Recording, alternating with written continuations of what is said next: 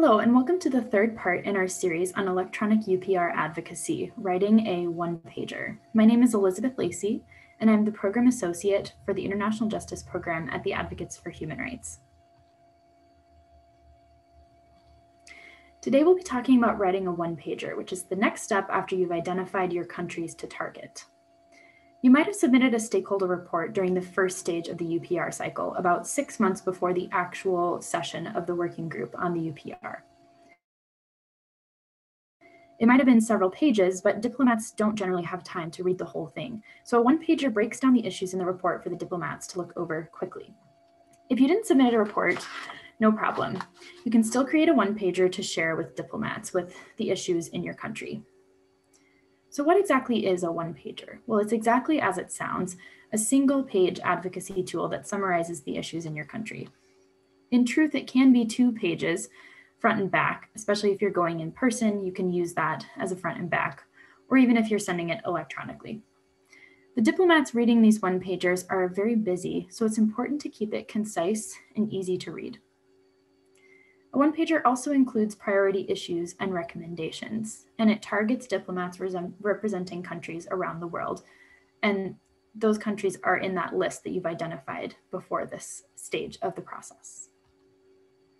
So I'm going to walk you through the basic structure of a one-pager.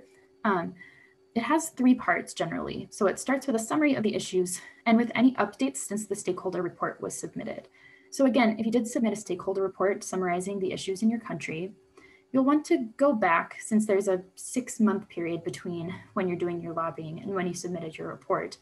You'll want to go back and take a look at any updates that happened. You'll probably know this within your country if there are any really big things that occurred, any updates to cases, updates to the number of executions, or anything that the country, any changes the country made on the issues within your country.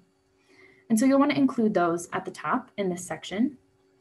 Again, if you didn't submit a report, you can ignore the update section. You can just go through with the summary. And so you'll also want to include some basic information in this first part of the one-pager. So as you can see here, we've got the country and we've got the issue. Then we've also got the submitting organizations or organization. And then also just an overview of the mechanism, the session, and the date of the review. And you can find all of those things on the OHCHR website. Then as you can also see, there's a summary laid out at the very beginning of the main points so that the diplomats can really find that easily. Then the second part of the one-pager includes priority issues. So you'll want to break these down into about 3 to 5 main headings that are easy to understand. And then, so you might start with something like laws against the death penalty are not supported, or you might talk about whether there's a de facto or a de jure moratorium in your country, or you might start with another basic issue, whatever is going on, whatever your issues are in your country. Then you're going to back those claims up with bullet points that have statistics, maybe on the number of executions, maybe on how many crimes are available for the death penalty, etc. Then you might move on to another issue like conditions of detention. And similarly, you'll want to back up that claim with statistics and any other information that you have on the ground. And finally, the last section that you'll want to include is a list of recommendations. And we really suggest that you stay away from recommendations that are just as simple as abolish the death penalty or ratify the second optional protocol to the ICCPR. These recommendations should really be specific to your country and should give the diplomats more information than they would get from someone who's not on the ground.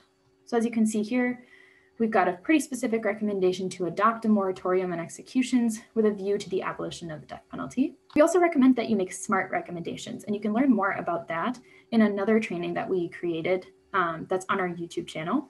And SMART recommendations are more concrete and advance the cause of human rights. So as you can see here, this is how your one-pager can look. This is how the Advocates for Human Rights puts our one-pagers together to kind of make them pop. By no means do you need to use this exact template. Just make sure that you keep it concise. And if you're collaborating with us, we can take care of the formatting of the one-pager. Or if you're interested in looking at our one-pagers or in using this template, you can reach out to us at hrights@advrights.org. And if you have any other questions about this training, you can also reach out to us at this email. Thank you very much.